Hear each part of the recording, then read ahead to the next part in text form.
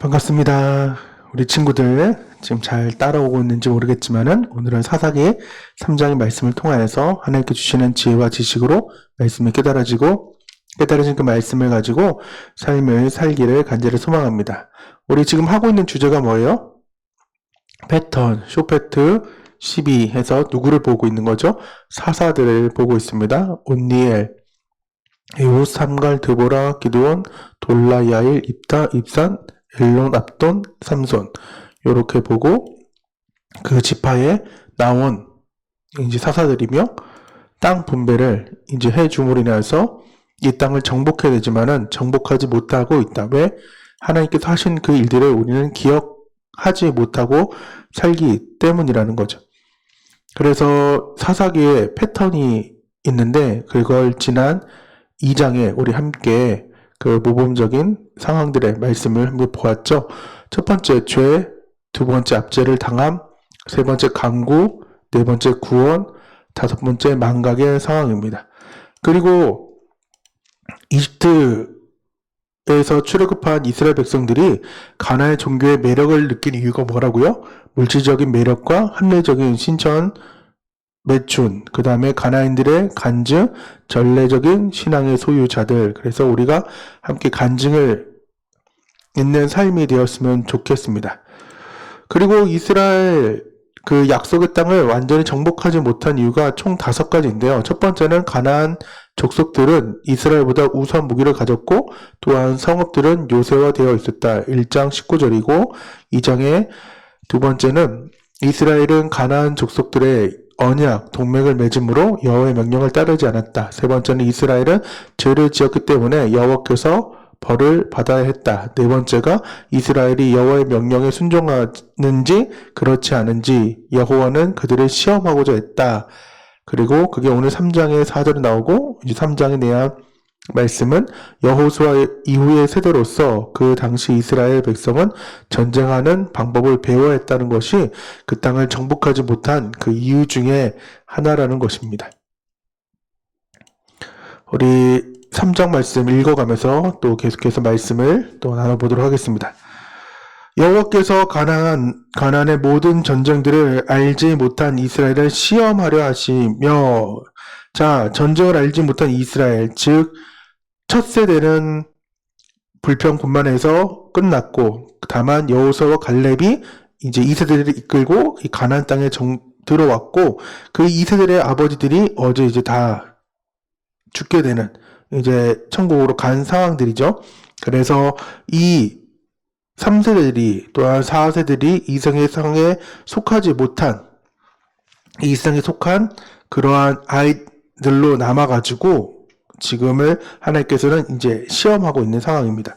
이스라엘 자손의 세대 중에 아직 전쟁을 알지 못하는 자들에게 그것을 가르쳐 알게 하려 하사 남겨두신 이방 민족들은, 즉 전쟁을 조금씩 모의 전쟁을 좀 해봐야 그런 실전 감각을 느끼듯이 하나님께서는 맨 처음에 그 땅에 그 가나안 족속을 남겨뒀던 이유 중에 하나가 그런 거예요. 하지만 그게 죄악 때문에 그들이 더욱 강성해져가지고 이스라엘을 압제해주는 상황이 돼버린 거죠. 3절입니다. 블레셋의 5 군주들과 모든 가나안 족속과 시돈 족속과 바알 헤르몬 산에서부터 하맛 입구까지 네바론 산에 거주하는 히 족속이라 남겨두신 이 이방 민족들로 이스라엘을 시험하사 여호와께서 모세를 통하여 그들의 조상들에게 이르신 명령들을 순종하는지 알고자 하였더라. 이 순종해서 또한 잘 지켰으면 좋은데 어떻게 했을까요? 불순종하게 되는 거죠. 왜 하나님께서 이들에게 명령을 순종해서 그 일들이 어떻게 되는지 보려고 했느냐? 쉽게 말하면은 복주기 위해서예요.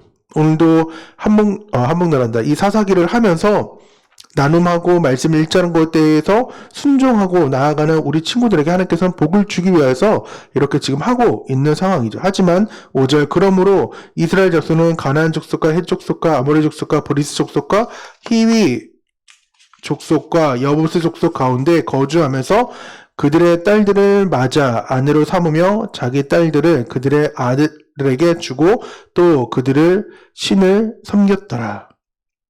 하나님을 온전히 섬겨야 되는 이스라엘 백성이지만은 그러지 못하는 삶으로 나아가고 있다는 것을 처절하게 보여주면서 혼합 또한 통용하지 말라는 그것을 어기고 이제 나아갔죠. 우리 특별히 남자애들 친구들은 정말 열심히 남자 친구들을 전도해 줬으면 좋겠습니다. 특별히 교회들이 여자애들이 많이 있어요. 그렇기 때문에 여자들이 아무리 믿음이 좋은 또한 그러한 남자의 배우자를 만나려고 해도 만날 수가 없는 그러한 여건이에요. 그리고 또한 자기보다 믿음 좋은 남자를 또 찾기도 어려워요. 그러니까 우리 친구들, 남자들끼리 특별히 믿음이 더욱더 많아지고 또한 많은 친구를 전도해서 정말 하나님 안에서 그리스도의 가정들이 이루어졌으면 좋겠습니다. 자, 사사 옴니엘인데 혹시 소제목 있는 친구는 1 적어주시고 또한 숫자 되시는 분은 가로 열고 8-40이라고 적어놓으면 됩니다. 8년 압제당하고 40년 평화됐다는 것을 지금 말하고 있는데 계속 읽어보도록 하겠습니다.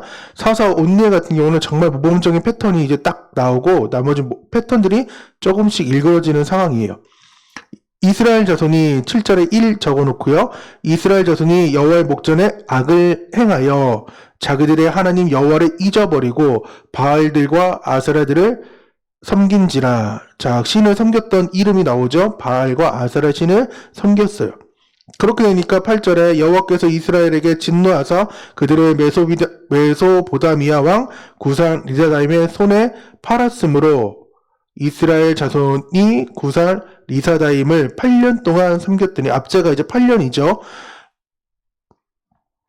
이제 이 상황을 지금 기억하시고 또한 9절 이스라엘 자손이 하는 그 부분을 3 적으시고요. 이스라엘 자손이 여호와께 뭐 했어요? 부르짖음에 여호와께서 이스라엘 자손을 위하여 한 구원자, 이 구원자가 사사라는 거죠. 이 더 정확한 것은 나중에 드보라에 대해서 재판하는 망항이 더 정확하긴 하지만 여튼 구원자를 세워 그들을 구원하게 하시니 그는 곧 갈렙의 아우 그나스의 아들 온니엘이라.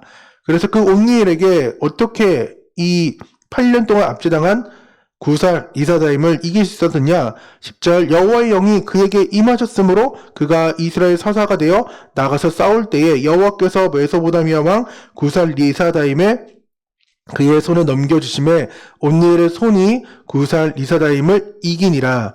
그 땅이 평온한 지 40년에 그나스의 아들 온니엘이 죽었더라.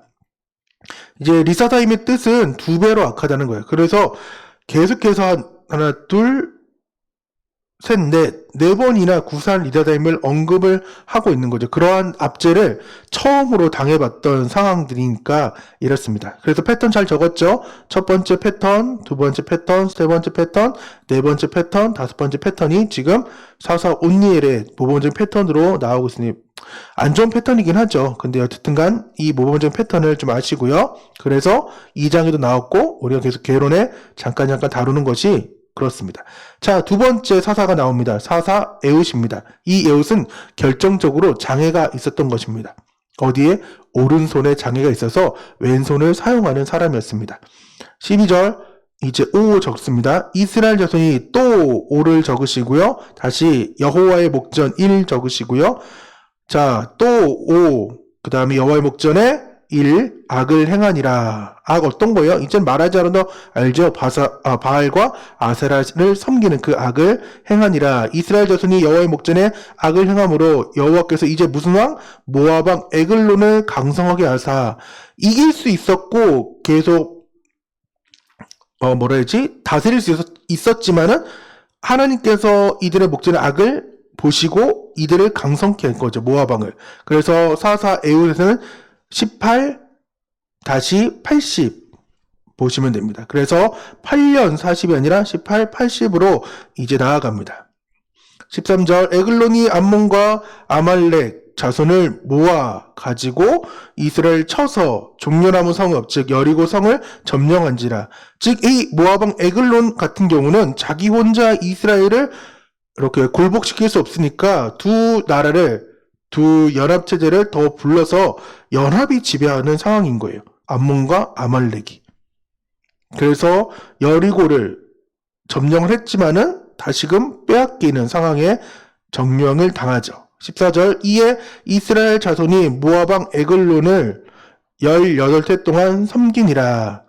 이스라엘 자손이 여호와께 부르짖음의 패턴 몇 번이에요? 네, 3번입니다. 또한 4번 여호와께서 그들을 위하여 한 구원자를 세웠으니 그는 베냐민 사람 게라의 아들 왼손잡이 에웃이라. 이스라엘 자손이 그를 통하여 모압 왕 에글론에게 공물을 바칠 때에 에웃이 길이가 한 규빗 되는 좌우의 날선 칼을 만들어 그의 오른쪽 허벅지 옷에 차고 공물을 모압 왕 에글론에게 바쳤는데 에글론은 매우 비둔한지라. 이 비둔한 게 어떤 거냐면은 전선 같은 사이즈입니다. 전선 지금 인생 최대 몸무게를 찍고 있는데 요런 느낌이죠. 뚱땡이? 지금 에글론 상황이 지금 비둔하다는 말이 뚱뚱하다라는 얘기를 지금 하고 있습니다. 18절 에웃이 공물을 바치기를 마친 후에 공물을 메고 온 자들을 보내고 자기는 길갈 근처 돌 뜨는 곳에서부터 돌아와서 이르되 왕이여 내가 은밀한 일을 왕에게 아뢰려 하나이다 하니 왕이 명령하여 조용히 하라 하매 모셔선 자들을 다 물러간지라. 에웃이 이제 공물을 바치면서 얼굴을 익혔잖아요. 그리고 나서 이제 에글론에게 얘기하는 거죠. 정말 할 말이 있다. 줄 것이 있다. 그러니까 이 에웃은 신들의 말인 줄 알고 에웃이란다. 에글론 신들의 말인 줄 알고 그러면 다 물리친 게 된 거예요. 그리고 20절입니다. 에웃이 그에게로 들어가니 왕은 서늘한 다락방에 홀로 앉아 있는 중이라. 에웃이 이르되 내가 하나님의 명령을 받아 즉 여호와의 명령이라고 하면은 이스라엘의 상황들이 티가 나니까 즉 초월하시는 그 신의 명령을 받아 우리 입장에서는 하나님이지만은 이 에글론이 들을 때는 신탁이 맞구나 라게끔 듣게끔 얘기해서 여호와하고 하나님을 구별해서 보면은 좀 좋습니다. 그래서 하나님 명령을 하나님 명령을 받들어 왕에게 아랠 일이 있나이다 하매 왕이 그의 좌석에 일어나니 에웃이 이제 왼손을 펴서 그 오른쪽 허벅지 위에서 칼을 빼어 왕의 몸을 찌르매. 즉 오른손 시대였잖아요. 지금도 우리도 다 거의 대부분 오른손 상황이라서 왼손은 크게 신경을 안 써요. 그러니까 건물했던 친구들도 사람들도 오른쪽만 확인했지 왼쪽을 확인하지 않는 상황이에요. 그러니까 왼손에서 이제 오른쪽의 허벅지에서 칼을 빼려서 이제 에글론을 죽이는 상황이죠. 22절 칼자루도 나를 따라 들어가서 그 끝이 등까지 나갔고 잔인하죠. 그가 칼을 그 몸에서 빼내지 아니하였으므로 기름이 칼날에 엉겼더라. 에웃이 현관에서 나와서 다락문들을 뒤에 닫아 잠그니라.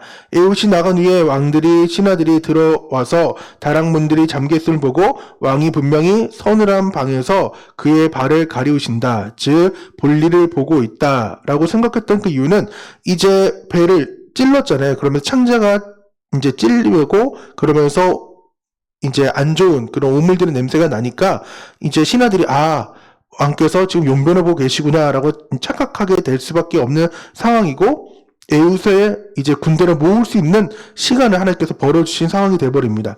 25절입니다. 그들이 오래 기다려도 왕이 다락문들을 열지 아니한지라 열쇠를 가지고 열어본즉 그들의 군주가 이미 땅에 엎드려 졌더라. 그들이 기다리는 동안 에웃이 피하여 돌 뜨는 곳을 지나 스이라로 도망하니라. 그가 이르러 에브라임 산지에서 나팔을 불매 이스라엘 자손이 산지에서 그를 따라 내려오니 에웃이 앞서가매 그들에게 이르되 나를 따르라. 여호와께서 하나님과 이제 다른 상황인 거죠. 내지하시는 우리 하나님께서 너희의 원수들인 모압을 너희의 손에 넘겨주었느니라 하매 무리가 에웃을 따라 내려가 모압 맞은편 요단강 나루를 장악하여 한 사람도 건너지 못하게 하였고 그때 모압 사람 약 10,000명을 죽였으니 모두 장사요 모두 용사되라. 그 10,000명을 죽인 것이 용사들을 다 죽이어서 한 사람도 도망하지 못하게 하였더라. 그날에 모압이 이스라엘 수하에 굴복하며 그 땅에 80년 동안 평온하였더라. 이게 정상적인 거예요. 하나님을 잘 섬기고 하나님께 나아갔으면은 이 80년 동안 평안할 수 있었던 거지 세 나라가 연합해서 다스리는 좀 이상한 연합으로 이제 다스릴 수밖에 없게끔 하나님께서 특별히 모압을 좀 강성케 해준 상황인 거죠. 그리고 나서 세 번째 사사가 등장합니다. 사사 삼갈입니다. 에훗에게는 아낫의 아들, 에훗 후에는 아낫의 아들 삼갈이 있어 소몬은 막대기로 블렛 사람 600명을 죽였고 그도 이스라엘을 구원하였더라. 여기서 재밌는 것은 문학적인 잔치입니다. 어떤 거냐면은 앞의 내용이 좀 비상식적이에요. 어떻게 보면은 이 에훗 같은 경우가 좀 좋게 보면은 그냥 하나님께서 약할 때도 강한 사람, 약간 그 사람을 선택해서 하나님께서 하나님 일을 하신다라고 얘기할 수 있지만은 어떻게 보면은 신뢰도 깨뜨리고 그 다음에 여러 가지 그런 비윤리적인 상황, 거짓말, 가만히 이렇게 아무 장치하지 않은 그 사람들을 이제 죽이는 그런 상황이니까 정말 우리 인간적인 생각으로는 최악의 상황인 거죠. 근데 이것을 적나라하게 기록한 이유가 그리고 이제 피곤하니까 잠깐의 문학적인 잔치로 간단하게 삼가를 등장하지만은 이 패턴이 계속 일어나서 나중엔 2명의 사사를 언급하고 나중에 3명의 사사를 언급을 하면서 점점점 안 좋은 그 사사들을 바라보면서 우리를 점검케 하는 그런 사사의 기록의 문학적인 장치였어요. 근데 에훗 후에는 아낫의 아들, 즉 이방을 섬기는 삼갈이에요. 하나님을 섬기는 것이 아니라 그나마 하나님께서는 지금 옴니엘 말고 또한 내일 살펴볼 드보라 말고는 거의 정상적으로 하나님을 섬기는 사람이 없어요. 그냥 두 번째 차악을 사용해가지고 하나님께서는 그 나라를 계속해서 어찌 하나님께서 도와주고 있는 상황이라는 거죠. 우리 안에도 하나님께서 해결해 줘야 되는 상황이 있지만은 우리 상황이 그렇지 못하고 또 나도 지금 부족하고 나도 지금 말씀 읽기도 어렵고 함께하기 어려운데 내가 다른 사람을 지금 함께 말씀으로 인도해야 되고 또한 말씀을 읽게 해야 되고 또한 장결자들을 위해 기도하는 나라고요. 그러니까 우리에게는 더욱더 하나님을 간구하고 예수님의 그 보혈 가운데 나아가길 원합니다. 그래서 외적으로 내적으로 눌려오는 그런 갈등 가운데서도 하나님만 한 분만을 바라보면서 다른 세대가 아닌 다음 세대로 우리 함께 세워지기를 간절히 소망합니다. 기도하겠습니다. 하나님 감사합니다. 오늘 3장을 통하여서 이제 3명의 사사를 보게 됩니다. 온니엘 또한 에훗 삼가를 통하여서 하나님 정말 이 패턴들이 우리 가운데 계속해서 있을 수 있는데 하나님 그 마지막 그 4번째에서 패턴이 끊겨서 또라는 것이 우리 삶 가운데 있지 않게 도와주셔서 하나님께 쓰시는 것에 또 하나님께서 나를 사용하기 위하여 하나님 우리를 부르고 있는데 우리를 정결케 하고 나를 정결하게 하여서 하나님의 사용하시기에 아름다운 그릇 될 수 있도록 도와주셔서 계속해서 뒤치지 않고 말씀을 내내 동참하게 도와주셔서 예수님의 이름으로 기도드립니다. 아멘. 다 같이 뭐라고요? 안녕.